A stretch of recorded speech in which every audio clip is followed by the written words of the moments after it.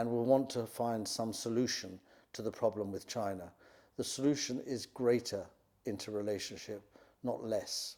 And it is through greater, beginning what has not started yet, beginning a process of having stakes in each other's companies.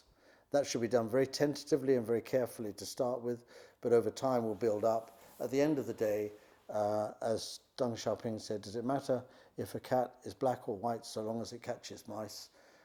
So long as nobody's trying to control the company, does it matter what all the owners are? So long as it does a job of helping the Chinese economy, China should feel comfortable. It's because of the interference of political control from overseas to the foreign companies that's really causing the concern to China about allowing its companies to open up more to foreign ownership.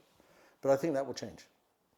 Many feel that the trade war will lead to a recession to the economy for the whole world. How do you feel about it? Do you think the trade war will be ended in the near future? I think it's very easy to say that, to point fingers, but I don't think the trade war will cause a recession. I think it's the international debt that will cause the recession and the difficulty that countries are having in managing their economies because of the scale of debt worldwide. China has its own problems, but it has less problems than many other countries in terms of debt. Although if you read the newspapers, you would think the debt in China is an overwhelming problem which is going to destroy China. It is a problem because of the change of system and leaving over a large amount of government grants, which were called debts, to local governments, to people who were not capable to manage those assignments of money from 1953 onwards. And so that all of that debt has to be reorganized, and it will be. But the world debt is a huge problem.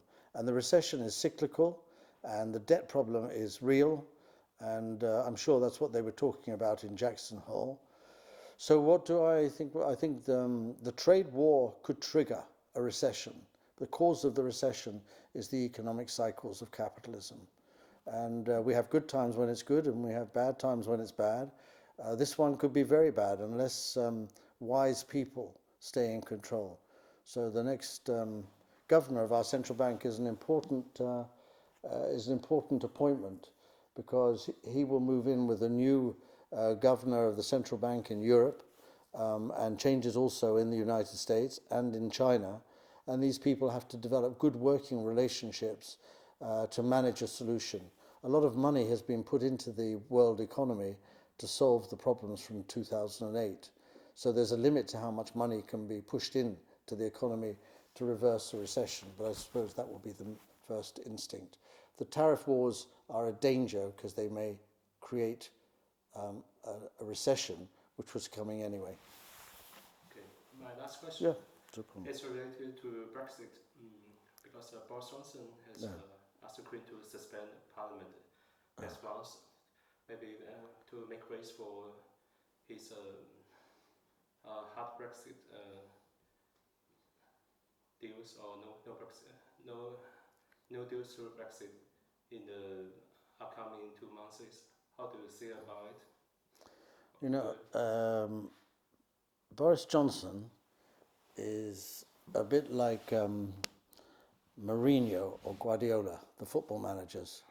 He's a very shrewd tactician, and people think they know what he's trying to do, but I don't think they do know, because he is much more far-sighted in his tactical approaches.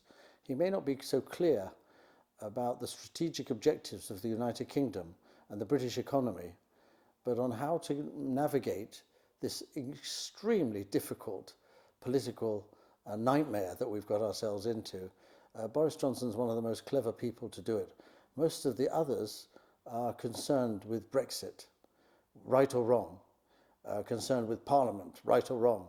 I don't think Boris Johnson wakes up thinking about Brexit. I think he wakes up thinking, how do I find a way through? And it's clear that if there's going to be a way through, Mrs. May tried to find it with a compromise. The compromise wasn't accepted.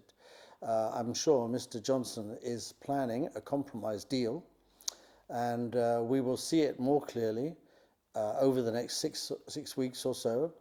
Mrs. Merkel and Mr. Macron have given him some encouragement that the solution could be found to a compromise. And I hope that one can be found, because we need as a country to put it behind us as fast as possible. Some people are relishing the battle between Mr. Johnson and Parliament. I think it's gone far enough. I think Parliament and Mr. Johnson need to stop and ask themselves, where's the solution to this? And I think in Remainers and in Brexit, the hardliners on either side have got to be left behind. They've got to find where within those people there is a compromise to be found. And it's not very difficult. The concern people have is about their standards of living. So first of all, we protect the standards of living of the people, and then we ask ourselves questions about immigration, emigration, about our relations with Europe, our relations with the United States, our relations with China. Probably at the end of the day, we've been very free diplomatically when we've been part of the European Union, but we've collapsed as a diplomatic nation in the last 5 years or so, and we've got to recover. Mr. Macron has taken our territory. The British have got to get back into the business of world diplomacy, because with that comes world trade. We can't become a subsidiary of the United States. The United States is battling with Germany for control of Europe. We don't want to be a pawn in somebody else's battle. We need to be our own masters. We need to have good relations with Europe, good relations with the United States, good relations with China, India, Japan. And therefore we need to be pretty clever and pretty smart. If you look at the politicians around, I would say Boris Johnson is one of the more clever and more smart. So unusually for me, I'm again find myself supporting a Conservative Prime Minister. Okay, thank you very much. Okay, I hope I wasn't too long. Can we still take a